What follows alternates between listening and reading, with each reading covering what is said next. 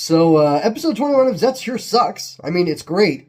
Of course it's great. But it sucks because the bad guys are winning, and it's a big deal. Like, not only are the Nightmares winning, but they're winning in pretty much the worst way possible, which is that they're winning by manipulating children and capturing a bunch of them. These kids go dead-eyed, and then they walk into the nightmare, and then that's it. It's over. Boom.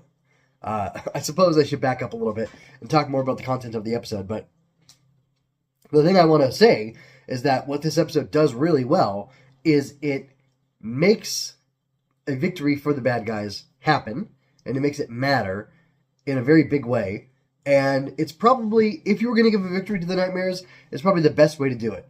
I don't know that Fujimi had to have he was the best vector for a Nightmare victory from episode 2 or 3 or whatever it was.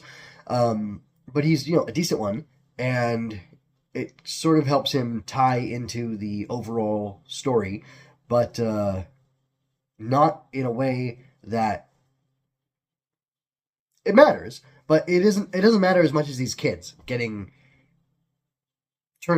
pulled into a nightmare, their nightmare, succeeding, and then escaping to the real world by pulling them into itself, and then manifesting in the real world where it then teleports them away.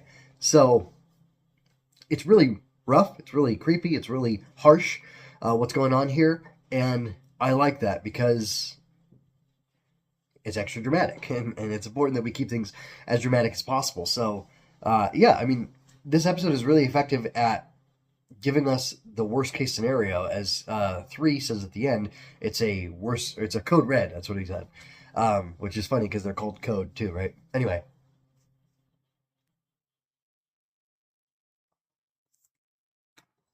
So, I don't know what I was saying before I got interrupted, but it's very effective because these children are in danger.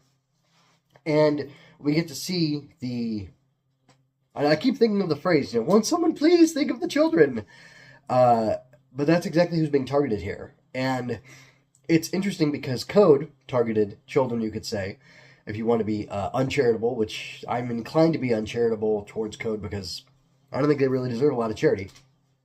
Baku is a Code operative, but he's basically rogue, even though he's working within the organization. And I find that to be interesting versus, 5 and 6, who are very much following what the organization says to do. And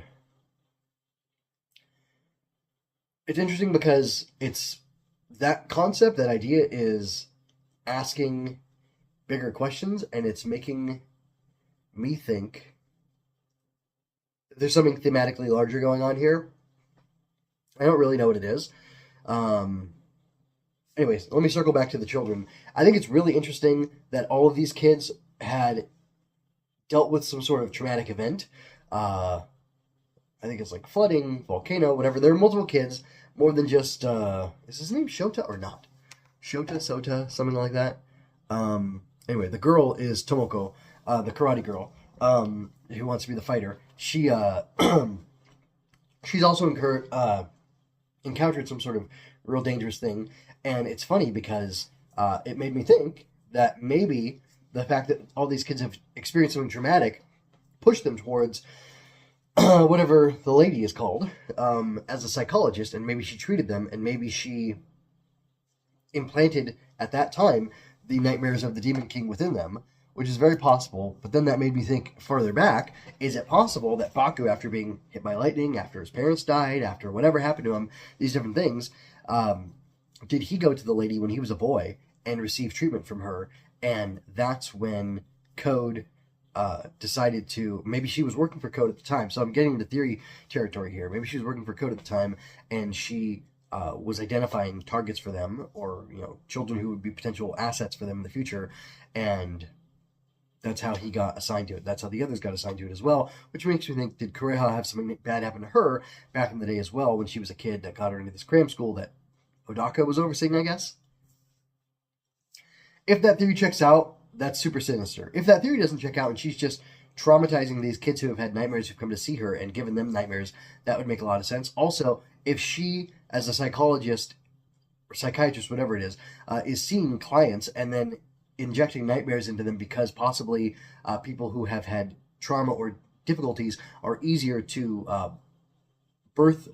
It makes it easier for them to birth them. Whatever. A nightmare is more easily channeled through somebody like that who's psychologically compromised. You could say that would be really interesting, and that would make her like extra evil and extra bad, which I find really interesting. And I can understand why Code would want to fight against her and do whatever they had to, potentially. But did she start off as a Code agent, or are they working against her? And she kind of started this whole thing with the nightmares. We don't know. It's too early into the show to tell, but these are the kinds of questions that are being raised here, and I find it very interesting. What's going on? And also, she mentioned something about children having these, the greatest potential for dreams, and that kind of gives them the most powerful or most potent nightmares, which is interesting, an interesting concept. I don't really know what that means. Don't really know where that's coming from, although, I mean, it makes sense intuitively, but, yeah, where does that go? I don't really know. But it makes me uncomfortable, and it also feels like it's very true, which makes it sad that, like, she would knowingly, like, somebody who has expertise in how the mind works would know, oh yeah, I can easily manipulate these kids and turn them into whatever, vectors for nightmares to come into the real world, or whatever it is.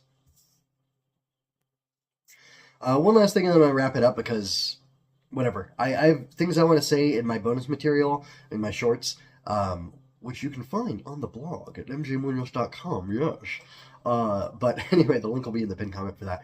But I want to say one more thing. Baku falls asleep super early, like during the day, and then he goes into the dream. We see him in the dream next, and the kids are there, but also Agents 5 and 6 are there, which would imply that it is, a reasonably nighttime when they would be asleep as well. And his sister, Minami, points out, the kids aren't going to be asleep yet. What are you doing? You're sleeping too early. Is it possible that Baku might be in danger of becoming a full-time sleeper agent, where the more he does things in the dream world, the more he's just going to be a person who's asleep and who is always there, kind of like Nem is, or whatever. Anyway, I find this all very fascinating, and I like how we're getting forward progression, and we're getting more questions raised as well, and we know we don't have the full shape of the mystery, and as we get further, it turns into this thing it's got more arms, more tentacles, and we can't see where they are all going. So it's very interesting. It's like a very enjoyable thing that there's this progressive revelation, forgive my use of that phrase, that as we get revealed more to us, we learn that there's also more that we don't know. So it's very effective writing, very nice. And then, of course, they went for the kids, which is horrible, especially because the way it depicts the kids being victimized and harmed by the system, which I will talk about more in my shorts, which will be included in the bonus section at the bottom of the blog post over at the website mjmunoz.com. You can find all my stuff there. Find a link for it in the pinned comment, as well as links to my playlists here on YouTube that cover that have all of my Zeztz coverage, all of my Mega coverage, all of my whatever else coverage as well. So until next time, folks, take care. This is MJ with Rider Tears and Henshin Inspection signing out. Let me know what you thought about this episode. Did you think the horror of hurting these children was like especially effective, or really interesting, or did other aspects of the show, of this episode, stand out more to you? I know I totally basically skipped over the Nox fight versus 5 and 6, which was interesting, but just this pulled my attention. So if you want to talk about that stuff, let's talk about it, because I'm sure I have thoughts and opinions on that as well that I could share with you.